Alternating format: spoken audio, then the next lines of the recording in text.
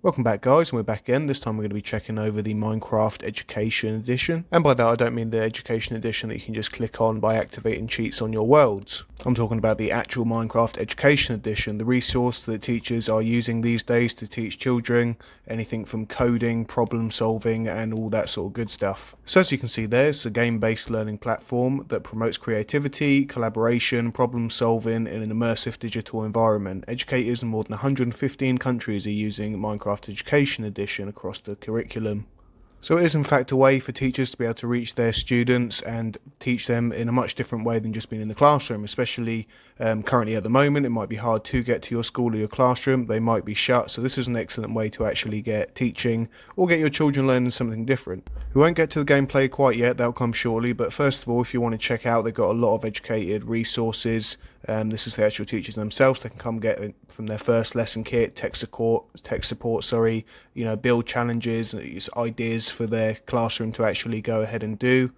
You can find lessons on there, join the community, and of course learn how to play. It's always good to actually know what you're doing before you go ahead and teach other people. Now it's fairly easy to download. You just got to head to the education.minecraft.net, follow the get started, and just choose what device is good for you and which one you want to download it on. And not only that, it does come for free. Including that for Windows 10 and Mac OS. Trial licenses are limited to 25 logins per teachers and 10 logins for students before having to purchase a subscription.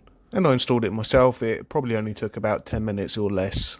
They do have some handy videos explaining what is game-based learning, and the way they describe is two different ways, which is gamification. Some teachers use gamification to reward and recognise students' behaviour, and also game-based learning, which is some teachers will leverage games as vehicles for learning. Which, as we all know, does work quite well for children because, when you really want to get something done, it's going to encourage you to actually stay on there and see it through to the end. And these are the pros that they do have listed for each category. With that, let's get straight into the game, and as you can see, I've not got the full version, so you do actually need a children or a school email account to be able to log in, but we do have some demo versions to show, and we'll start with the Hour of Code 2020. And with this one, it's basically going to give you a starter or introduction into how it works and the coding. As you can see, we've got the choices to create a world, lesson plan, or share the link. Obviously, with the lesson plan, you can just click on that and it will take you straight into the actual plan for the lesson, any side notes that you might need to know prior to going through and teaching any students about it and what you're going to have to do. So it's going to take you straight through to a page, and it's got all the handy links you need there, plus the answer keys. If you scroll down a little bit, it's got the theme overview and lesson objectives with bullet points in order of what you're supposed to do. With that, in game, it's going to take you to a book straight away that you read, and it provides a nice explanation in there of what's going on and what they're going to have to do and the steps they're going to have to follow. It seems that the villagers and the pillagers seem to have a problem and can't communicate with each other, so they're going to need your help with that. So we head over to the caretaker, and he provides a very detailed explanation of what we're going to have to do and start, and we choose what way that we actually want to start coding. They do tell you that blocks is the easiest way to start with, and I would of course suggest that myself. As you see there on the right hand side, it loads up a little screen, and this is basically how you're going to learn or start learning your coding, by fitting stuff into the puzzle and making it do what you want it to do. Now, it does obviously have instructions all the way through, and it will basically guide you through step by step what you're supposed to be doing with these codes, and you're supposed to follow the way that it tells you to do, just to get acquainted on how to use it.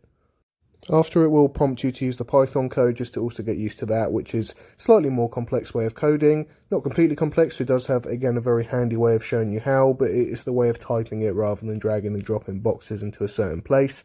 So as you can see, it instructs you, gives you an activity, and you've got to change it to do what they've asked you to do. In this case, it's just moving the NPC just a certain amount of spaces and getting used to using Python as a way of coding, rather than just dragging and dropping the blocks.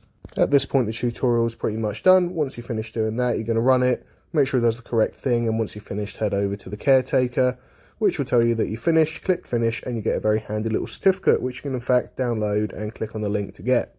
Once you've completed the tutorial, you're going to be taken out and you're going to find lots of different things that you can do within the world, and you can start activities or maybe do them later if you don't want to start them now. And I think it's a really handy tool because it really will keep the children actually concentrated on what they're doing, the activity, and bring everybody together, get everybody working together to actually solve these codes. Not only that, they've got a really handy immersive reader, which once you've clicked open will open up a whole other screen and it will read to you exactly what the task is.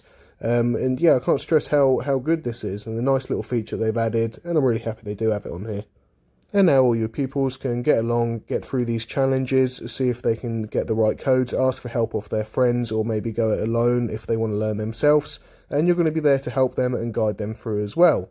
And being Minecraft, obviously no offensive language or anything like that can be typed through or shared with other fellow players, leaving a fun, safe environment for everybody to get learning in. So thanks for watching, I really hope that's helped and you can now understand what the Education Edition is on Minecraft.